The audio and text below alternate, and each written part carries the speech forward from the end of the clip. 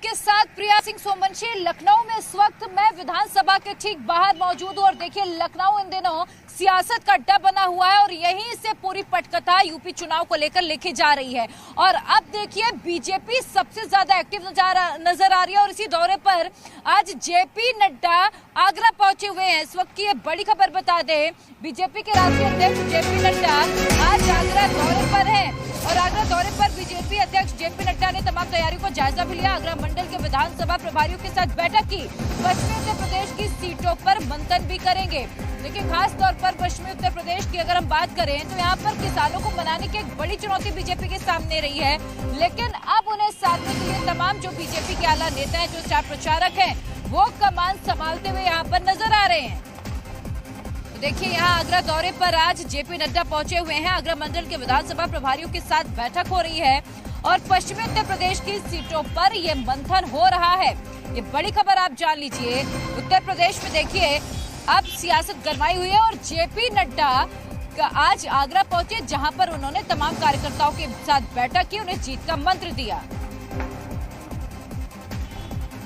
और इस वक्त की एक और बड़ी खबर आपको बता दें, सीएम योगी आदित्यनाथ ने अखिलेश यादव पर बड़ा प्रहार बोला है। ये बड़ी खबर आप जान लीजिए। समाजवादी पार्टी पर सीएम योगी का बड़ा हमला। दंगा मुक्त सपा मुक्त प्रदेश जनता का संकल्प है। एसपी के प्रत्याशियों के लिस्ट से साबित होता है सपा दंगाई प्रेमी तमंचावादी है। ये बात योगी आदित्यनाथ ने कही है। दंगा मुक्त सपा मुक्त प्रदेश जनता का संकल्प है। यूपी की जनता पलायन नहीं बल्कि प्रगति जानती है। क्या कुछ कहा है सीएम योगी आदित्यनाथ ने, सुनिए।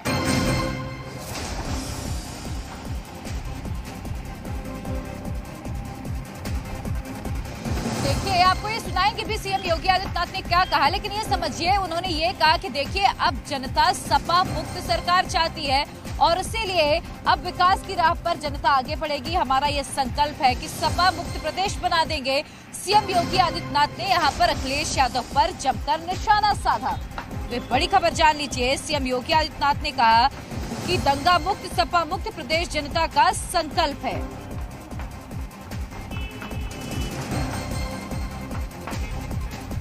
और चलिए इसी बीच एक और बड़ी खबर आपको बता दें, योगी सरकार के मंत्री का एसपी पार्टी पर बड़ा हमला। आपको बता दें कि जल शक्ति मंत्री डॉक्टर महेंद्र सिंह ने एसपी पर वार किया। सीएम योगी ब्रांड अखिलेश यादव कांड है। ये बात महेंद्र सिंह की ओर से की गई है। जिन्नावादियों को राष्ट्रवादी सबक सिखाएंगे। जो जितना बड़ा सपाई वो उतना बड़ा दंगाई। देखिए यहाँ पर जल शक्ति मंत्री डॉक्टर महेंद्र सिंह ने समाजवादी पार्टी पर निशाना साधा। सुनिए जरा क्या कहा। साथ कैबिनेट मंत्री हैं उत्तर प्रदेश के महेंद्र सिंह जी, चर्चित चेहरा है।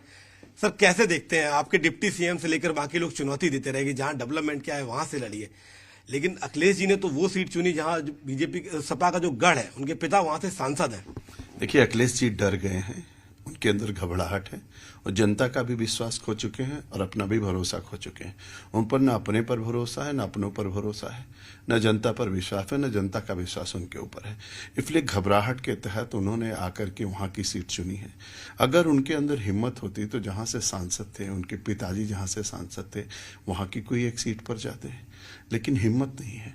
और इसलिए घबराहट के कारण से उनको ये पता चल गया है कि पूरी तरीके से सपा का सफाया हो रहा है। कहीं पर भी उनको पैर रखने की जमीन उत्तर प्रदेश में मिलने वाली नहीं है और इसी घबराहट के तहत यहाँ पर आए हैं। लेकिन हर जगह जनता उनको जवाब देगी। जिस तरीके के उन लोगों ने कारनामे किए हैं 2012 से लेकर 2017 तक, उसको कोई भूला नहीं है। पूरे उत्तर प्रदेश को जंगल राज में झोंकने वाले लोग, विकास में पूरी तरीके से अवरोध और बाधा उत्पन्न करने वाले लोग, उत्तर प्रदेश में भ्रष्टाचार और गुंडा राज का बोलबाला बनाने वाले लोग, उनको जमीन पर पैर रखने का स्थान अब कहीं नहीं मिलने वाला है। आरोप ये लग रहे हैं कि सपा की जो सूची जारी हुई है वो प्रूव करती है कि दंगाई प्रेमी है ये लोग, तमंचावादी हैं। आपके मुख्यमंत्री कह रहे हैं। निश्चित रूप से जो जितना बड़ा दंगाई हो उतना बड़ा सपाई। ढूंढ ढूंढ करके दंगाइयों को पार्टी में सम्मिलित करना, दंगाइयों को टिकट देना, इनकी सूची उठा करके आप देखिए तो ये उसी तरीके का कारनामे कर रहे हैं। जब इस सरकार में थे तो जो मुजफ्फरनगर का सबसे बड़ा दंगाई था उसको हेलीकॉप्टर से इन्होंने लखनऊ में बुला करके बात किया था। आतंकियों को छोड़ने की बात करने वाले लोग, आतंकियों को छोड़ने वाले लोग और गुंडे और बदमाशों के साथ चलने वाले लोग, और आज की तारीख में उसी को लेकर के आगे बढ़ रहे हैं। और इसीलिए पूरे उत्तर प्रदेश में इनको कहीं पर भी खड़े होने का स्थान मिलने वाला नहीं है। अपर्णा यादव आपकी पार्टी में शामिल हो गई है, बड़ी सेन लगाई है आप लोगों ने, कहीं ना कहीं नेरेटिव चेंज हुआ है। आज वो लखनऊ पहुंची हैं, सबसे पहले अपने पिताजी यानी ससुर का आशीर्वाद लिया है। चर्चा है कि कहीं ना कहीं मुलायम सिंह भी उनकी जिस तरीके से अपर्णा की अनदेखी हो रही थी उससे नाराज थे, उनका भी आशीर्वाद था कि जहां आपको सम्मान मिले वहां आप जाइए। देखिए, अपर्णा बहुत ही संस्कारित है, बहुत पढ़ी लिखी और योग्य महिला है। उनके भाषण, विचार, व्यवहार सब कुछ बहुत अच्छे हैं और निश्चित रूप से उसको घुटन हो रही थी। और जिस तरीके का वहां पर माहौल है, किसी भी संस्कारित व्यक्ति को जीना वहां बड़ा मुश्किल काम है। और इसलिए अपर्णा जो कुछ भी करेगी, जैसे भी करेगी, वो भारतीय जनता पार्टी के लिए, राष्ट्र के लिए, सबके लिए बहुत अच्छा करेंगे। सर, रेड अलर्ट की बात करते हैं, लाल टोपी की बात करते हैं, आपके प्रधानमंत्री, मुख्यमंत्री, आप स्वयं भी। अखिलेश यादव ने उसके जवाब में सीएम योगी के प्रधानों को लेकर हमला किया। उन्होंने कहा वो लुंगी पहनते हैं, वो भाग नहीं पाएंगे, तो प्रदेश में रेस में हम उनसे आगे हैं। देखिए, वो अनावश्यक बातें करते हैं। योगी जी के प्रति उनका जो वेशभूषा है, उनका रहन सहन है, उनके संस्कार हैं, उनका धर्म है, उनका अध्यात्म है, उनका विचार है, उनकी वाणी है, उनका व्यवहार है, उससे पूरा भारत प्रभावित है। और इसलिए आज की तारीख में हर कोई मुख्यमंत्री योगी आदित्यनाथ जी के साथ है और अखिलेश के साथ कोई रहने वाला नहीं है। केवल बस वही लोग उनके साथ रहने वाले हैं जो दंगा और फसाद करते हैं। मीडिया के लिए शिवम प्रताप सिंह, दिल्ली। और मेरे सहयोगी शिवम प्रताप और अधिक अपडेट के साथ जुड़े हुए हैं। शिवम, देखिए, बड़ी बात यह है कि सीएम योगी आदित्यनाथ तो हमलावर नजर आ रहे हैं, लेकिन अब पूरी की पूरी बीजेपी जो है एक्शन मोड में नजर आ रही है। जल शक्ति मंत्री ने कहा जितना बड़ा जो सफाई वो उतना ही बड़ा दंगाई।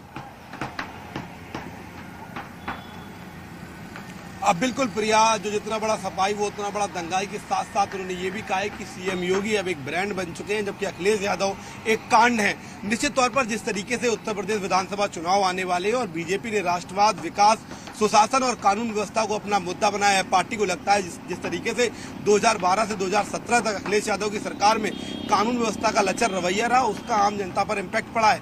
पश्चिमी यूपी में कानून व्यवस्था एक बड़ा मुद्दा रही है, न सिर्फ कैराना से पलायन बल्कि जगह जगह लोगों ने घरों से पलायन किया था, जिसको बीजेपी ने 2017 में भी मुख्य मुद्दा बनाया था। यही एक वजह है कि सीएम योगी चुनाव से पूर्व समाजवादी पार्टी पर हमलावर है। अखिलेश यादव ने जिस तरीके से टिकट वितरण किया है, आप लोनी की बात करें, बुलंदशहर की बात करें, अगर आप कैराना की बात करें, वहां पर आपराधिक प्रवृत्ति के लोगों को टिकट दिया गया, जिसको बीजेपी पूरी तरीके से बुलाना चाहती है। पार्टी के जो एजेंडा है उसमें भी ये फिट बैठता है और पार्टी को लगता है कानून व्यवस्था को लेकर जिस तरीके से सीएम योगी की सरकार ने लगभग 4000 के आसपास एनकाउंटर किए, ये आम लोगों में जो भय था, जो कहीं ना कहीं डर था, उसको खत्म करने में बड़ा सहायक रहा है और ये चुनावों के समय बीजेपी को भरपूर वोट दिलाएगा। सीएम योगी भी इस बात को भरपूर समझते हैं कि अखिलेश यादव पर उनके हमला करने का सीधा मतलब है कि आम जनता तक इसका इम्पैक्ट पड़ता है। लोगों में जो 2012 से 2017 के बीच एक तरफ अखिलेश यादव ये कहते हुए नजर आते हैं कि 22 में बाइसिकल, और फिर अब देखिए अब चुनावी मैदान में है, लेकिन सबसे सेफ सीट का चुनाव, ऐसा क्यों? अगर 22 में बाइसिकल तो फिर अखिलेश यादव को कड़ी चुनौती लेनी चाहिए थी। अब बिल्कुल प्रिया, देखिए, ममता बनर्जी जिस तरीके से नंदीग्राम से चुनाव लड़ी थी, उसके बाद देश के जो सभी बड़े राजनेता हैं, ममता बनर्जी की हार को देखकर उन्होंने एक सबक तो लिया है। कहीं ना कहीं चुनावों के दौरान अखिलेश यादव को लगता था कि वो पूरे प्रदेश में कैंपेनिंग करेंगे और जिस सीट से वो चुनाव लड़ेंगे वहां पर वो कम पहुंच पाएंगे, ऐसे में कोई भी संशय बरकरार न रहे, इसीलिए उन्होंने मैनपुरी की सीट चुनी। चर्चा ये भी थी कि वो इटावा से लड़ेंगे, उनका गृह जनपद है, कन्नौज से चुनाव लड़ सकते हैं जहां से वो सांसद रहे हैं, उनकी पत्नी निर्विरोध सांसद रही है, फिरोजाबाद सपा का गढ़ है, आजमगढ़ से वो स्वयं सांसद है, लेकिन इन चारों जगह को छोड़कर अखिलेश यादव मैनपुरी के करहल सीट को चुनते हैं। बिल्कुल शिवम, इसी बीच एक बड़ी खबर देखिए, इमरान मसूद ने समाजवादी पार्टी ज्वाइन करने के बाद हिंदुस्तान से बातचीत की और उन्होंने ये कहा कि देखिए मेरी कोई नाराजगी नहीं है, मैंने एक बार कांग्रेस छोड़ दिया और समाजवादी पार्टी में ज्वाइन हो चुका हूं और अब मैं इसी में रहने वाला हूं, मेरी कोई नाराजगी नहीं है। चुनावों को लेकर कहा उन्होंने कि मैंने ये कभी नहीं कहा कि मुझे विधानसभा का चुनाव लड़ना है। सुनिए एक बार। इमरान जी, अब आप समाजवादी पार्टी में आ चुके हैं? जी, मैं समाजवादी पार्टी में 11 जनवरी को ही आ गया था। हाँ, मैं अखिलेश जी से मिला था तो 11 जनवरी को ही आ गया था। लेकिन बीच में ऐसे कुछ नाराजगी की बात बताई जा रही थी, टिकट को लेकर, सीटों को लेकर, क्या वो सॉर्ट आउट हो गया? मैंने किसी दिन कहा कि मैं चुनाव लड़ूंगा। मैं तो पहले दिन जब भी कहा था कि मुझे चुनाव लड़ना के लिए नहीं हूँ, लेकिन मेरी एक ख्वाहिश थी कि मेरे साथ जो MLA मसूद अख्तर साहब हैं उनको इलेक्शन लड़ाया जाए। वो मजबूरी नहीं, उनका टिकट नहीं हो पाया तो, लेकिन उसका वो नाराजगी की वजह नहीं बन सकती बड़ी लड़ाई के अंदर। तो इमरान जी, क्या माना जाए, अब लड़ाई कैसे रहने वाली है? आप अखिलेश यादव के साथ हैं। मैं 100% अखिलेश जी के सिपाही के रूप में काम करूंगा उत्तर प्रदेश के अंदर। तो पश्चिम यूपी में क्या माहौल रहने वाला है? देखिए, पश्चिम यूपी की पिछली बार 88 सीटें 88 सीट्स जो है भारतीय जनता पार्टी ने जीती थी। इस बार 8 भी शायद न जीत पाए। खासतौर पे सहारनपुर में आपका प्रभाव माना जाता रहा है। आप इस बार विधानसभा का चुनाव नहीं लड़ रहे हैं, कैसे देखते हैं सहारनपुर के गणित को आप? देखिए, सहारनपुर का भी गणित पूरे वेस्ट यूपी के गणित से कोई अलग नहीं है। पूरे वेस्ट यूपी के अंदर और क्या पूरे उत्तर प्रदेश के अंदर भी किसान आंदोलन की धमक आपको देखने को मिलेगी। 650 किसानों की शहादत जो है वो जाया नहीं जाएगी। और इसी बीच एक बड़ी खबर आपको बता दें, उत्तराखंड के चक्राता सीट से बीजेपी ने अपने कैंडिडेट का ऐलान कर दिया। यहाँ पर रामशरण नौटियाल को बीजेपी ने अपना प्रत्याशी बनाया है। मशहूर सिंगर जुबिन नौटियाल के पिता है रामशरण नौटियाल और जुबिन नौटियाल ने की है युवाओं से वोट देने की अपील। देखिए, यहाँ पर बीजेपी ने रामशरण नौटियाल को अपना उम्मीदवार बनाया है। चक्राता विधानसभा सीट से बीजेपी ने रामशरण नौटियाल जी को अपना प्रत्याशी बनाया है और उनका एक बड़ी परिचय ये भी है कि वो जुबिन नौटियाल के पिता हैं। इस वक्त हमारे साथ में जुड़े हैं, उनसे बातचीत करते हैं। सर, सबसे पहले तो पार्टी ने आपको वहां से प्रत्याशी बनाया, भरोसा आप पर जताया है, कैसे देखते हैं? धन्यवाद। देखिए, पार्टी ने मुझ पर भरोसा किया है तो मैं उसका पार्टी के भरोसे को मैं सिर मत्थे रख करके उस भरोसे को पूरा करूंगा। ये सीट जीत करके हमारी पार्टी वहां से लाएगी और वहां इस वक्त परिवर्तन की लहर बह रही है और भारतीय जनता पार्टी की और माननीय प्रधानमंत्री श्री मोदी जी की लहर चल रही है। लहर की वजह है गरीब किसानों के खातों में पैसा मनी ऑर्डर आ रहे हैं और गरीब किसानों को मुफ्त में राशन दिया जा रहा है। मैं फिर मूलभूत सुविधाओं की बात कर रहा हूँ। योजनाएं हमारी पार्टी की बहुत सारी जो चल रही है। सर, क्या आपको लगता है कि जो जनप्रतिनिधि हैं वहाँ के अभी वो डेवलपमेंट को लेकर, जो मूलभूत सुविधाएं उनको लेकर बहुत ज़्यादा गंभीर नहीं क्या? सिर्फ ठेकेदारी, इसके अलावा कुछ नहीं। खुद ही ठेकेदारी। जो केंद्र सरकार की योजना है, प्रधानमंत्री सड़क योजना, नेशनल हाईवेज पर PMGSY का ऐसा बुरा हाल किया गया है वहाँ पर कि आप अगर जाके देखें तो इस दुर्दशा में है कि ईश्वर मालिक है। और मैं जब ये जौनसार बावर में कोविड काल में सामग्री वितरण के लिए गया तो मैंने खुद मैं रो पड़ा कि कई घरों में अनुसूचित जाति और कुछ जो है अनुसूचित जनजाति के परिवारों के घरों के ऊपर घास फूस की छत है और उनको जो आवास मिलने चाहिए वो जो है वो अपने रिश्तेदारों को और अपने नातेदारों को बांटे गए हैं। जिनके घर में चीफ मैनेजर हैं बैंक में, उनके घर में आवास का पैसा गया है।